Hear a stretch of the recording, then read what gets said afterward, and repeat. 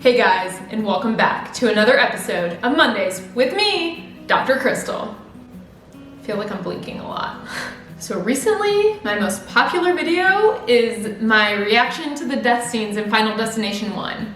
I'm really glad that you guys enjoy seeing me suffer. I know some of you expressed concern that I was doing something that maybe I didn't want to do, but I promise it's all in good fun, and I actually enjoyed making that video. So today, we are gonna look at the death scenes from Final Destination 2.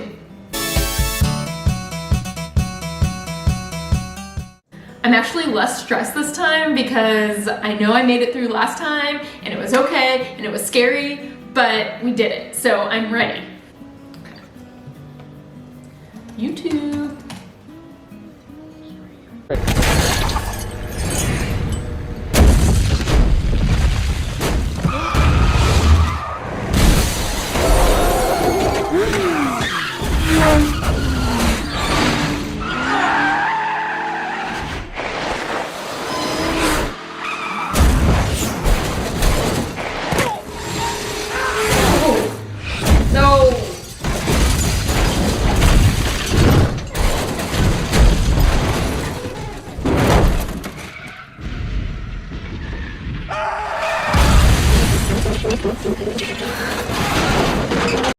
So there was definitely more than one death in that scene. I think the first one was the most brutal because that guy totally saw the log coming, went straight through his head, through the back window. No way that dude survives that. I think the second guy skidded out on his motorcycle and then basically got chopped in half with something that big coming at his abdomen. Basically all his organs just shattered, and so there's really no way that somebody could survive that either. And then the last guy, you're like, great, somebody survives, and no, this semi just comes in. I would venture to say 0 chance of survival for anybody. So far I would say that wasn't as bad as any of the ones in the first movie, so let's continue. Okay, well, there was more, and it turns out that was just the premonition. I got tricked.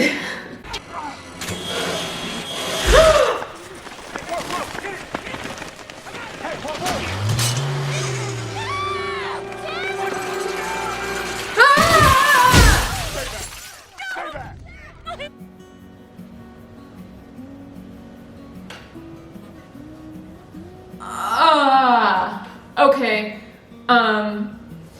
There were 2 very quick deaths there. Wow. That guy, whatever that beam just literally crushed his face. So, I mean, his brain, I'm sure, was all over the street. 0 way you could survive that. That was literally disturbing. I thought one of the most disturbing things I've seen, except for then, that guy got crushed from the top down. I will say that I've never seen an injury or anything like that happen in real life. I don't know if a person would just kind of like splatter like that, but I would venture to say that's not how it would look in real life, but I really, really, really hope that I never find out. Okay. Next.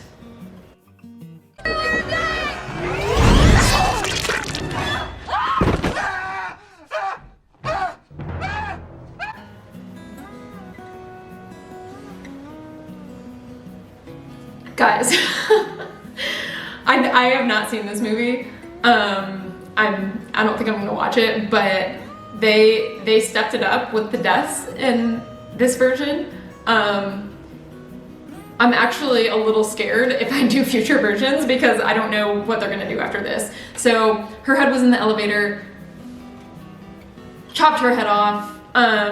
I think most elevators these days have like mechanisms to keep anything from being shut in. That's why you can like put your arm in and stop them. But maybe that was broken since this is Final Destination. And I mean, her head got cut off. She would die. So there are actually a lot of things to go through in the neck. There's muscles, nerves, vessels, but the hardest thing would be the bones. You have vertebrae that go up into your neck, it's part of your spine, and I don't see elevator doors being able to crush it like that. I mean, maybe if the elevator started moving, but if that happened, I mean, she's clearly dead, so.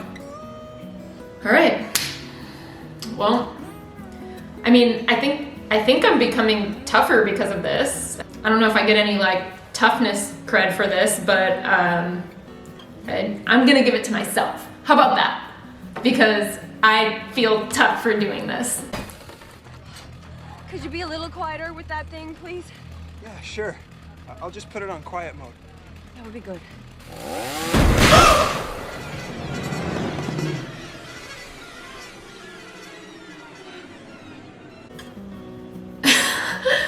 I don't know why all the head trauma. Can't they die like different ways or something? So it looked like she had some sort of pole poked straight through her brain, coming out her forehead. Or maybe it went this way because the airbag, I think, pushed it in. But either way, giant pole through the brain, not surviving that, death immediately. At least she didn't suffer. I mean, we can take solace in that, right? She didn't suffer, just pulled to the head.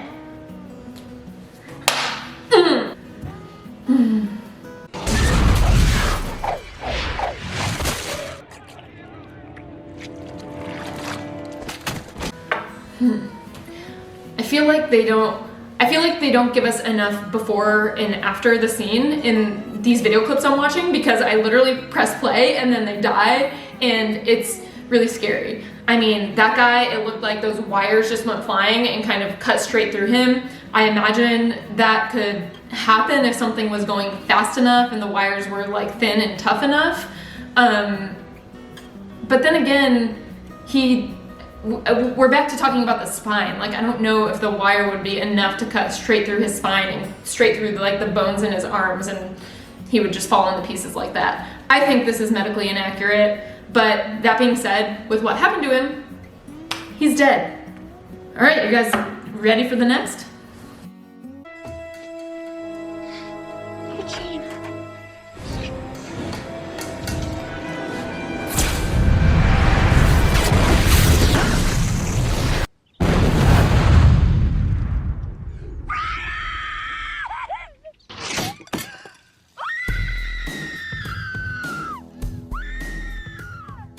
So I feel like they always make the last ones not as bad.